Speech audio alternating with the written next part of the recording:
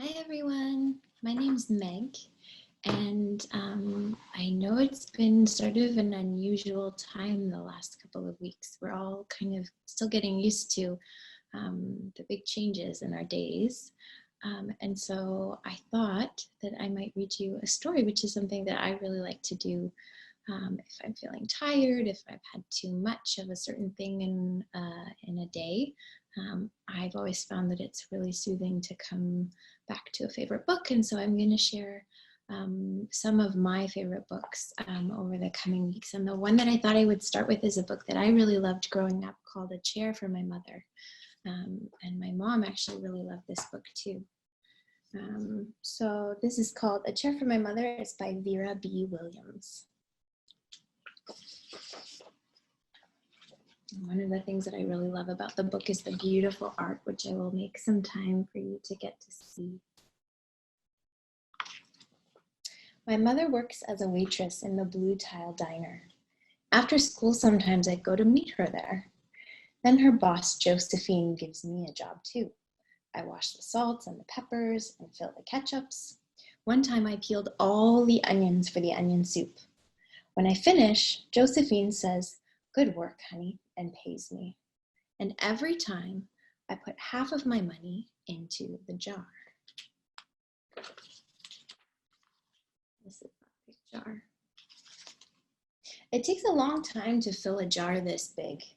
Every day when my mother comes home from work, I take down the jar. My mama empties all her change from tips out of her purse for me to count. Then we push all of the coins into the jar. Sometimes my mama is laughing when she comes home from work. Sometimes she's so tired she falls asleep while I count the money into piles. Some days she has lots of tips. Some days she has only a little. Then she looks worried. But every evening, every single shiny coin goes into the jar. There's a picture of the little table and her purse.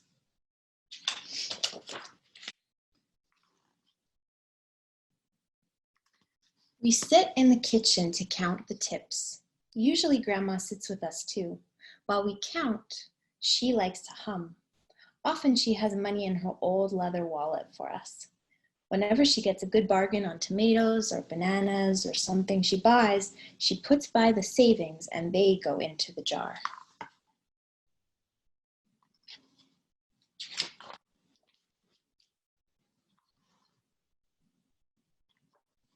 When we can't get a single other coin into the jar, we are going to take out all the money and go and buy a chair. Yes, a chair. A wonderful, beautiful, fat, soft armchair. We will get one covered in velvet with roses all over it. We're going to get the best chair in the whole wide world. That is because our old chairs burned up. There was a big fire in our other house. All our chairs burned. So did our sofa, and so did everything else. That wasn't such a long time ago.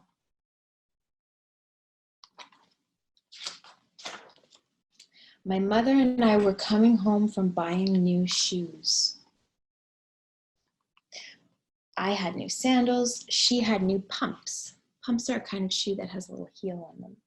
We were walking to our house from the bus. We were looking at everyone's tulips. She was saying she liked red tulips, and I was saying I liked yellow ones. Then we came to our block. And here's a picture of the fire. Right outside our house stood two big fire engines. I could see lots of smoke. Tall orange flames came out of the roof. All the neighbors stood in a bunch across the street. Mama grabbed my hand and we ran. My Uncle Sandy saw us and ran to us. Mama yelled, "Where's Mother?" And I yelled, "Where's my grandma?" My Aunt Ida waved and shouted, she's here, she's okay, don't worry." Grandma was all right. Our cat was safe too, though it took a while to find her. But everything else in our whole house was spoiled.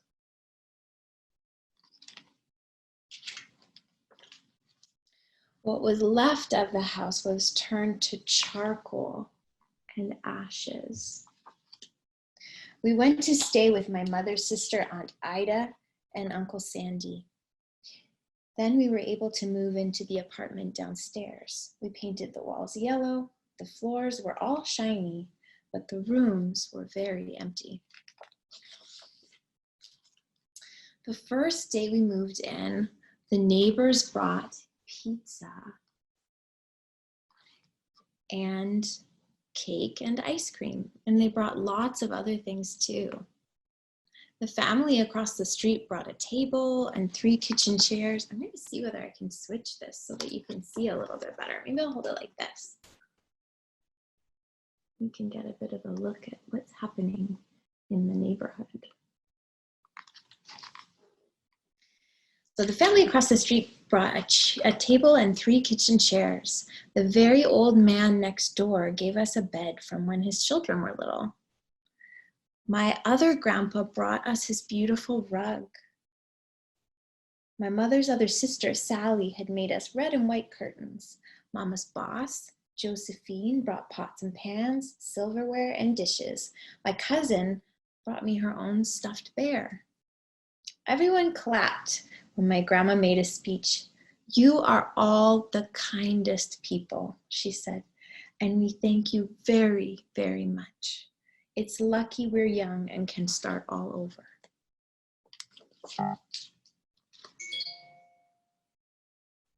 And there's the tip jar. That was last year, but we still have no sofa and no big chairs. When Mama comes home, her feet hurt. "There's no good place for me to take a load off my feet," she says. When Grandma wants to sit back and hum and cut up potatoes, she has to get as comfortable as she can on a hard kitchen chair. So that is how come Mama brought home the biggest jar she could find at the diner. See that? And all the coins started to go in the jar. Now the jar is too heavy for me to lift down. Uncle Sandy gave me a quarter. He had to boost me up so I could put it in. After supper, Mama and Grandma and I stood in front of the jar. "Well, I never would have believed it, but I guess it's full," Mama said. My mother brought home little paper wrappers for the nickels and the dimes and the quarters.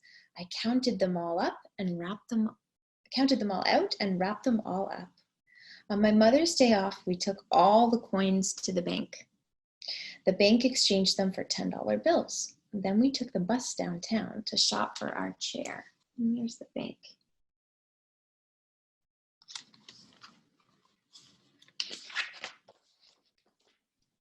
We shopped through 4 furniture stores. We tried on big chairs and small ones, high chairs and low chairs, soft chairs and harder ones.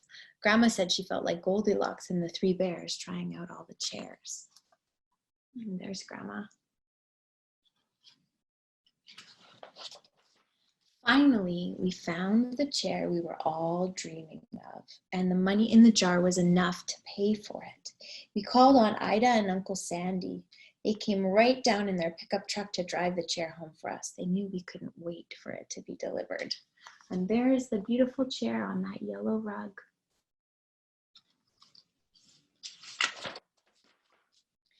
I tried our chair out in the back of the truck. Mama wouldn't let me sit there while we drove, but they let me sit in it while they carried it up to the door.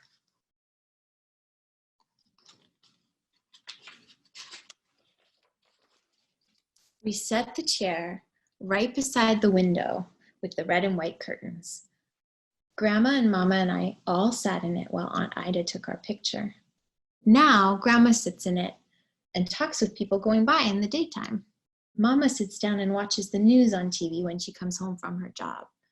After supper, I sit with her and she can reach right up and turn out the light if I fall asleep in her lap.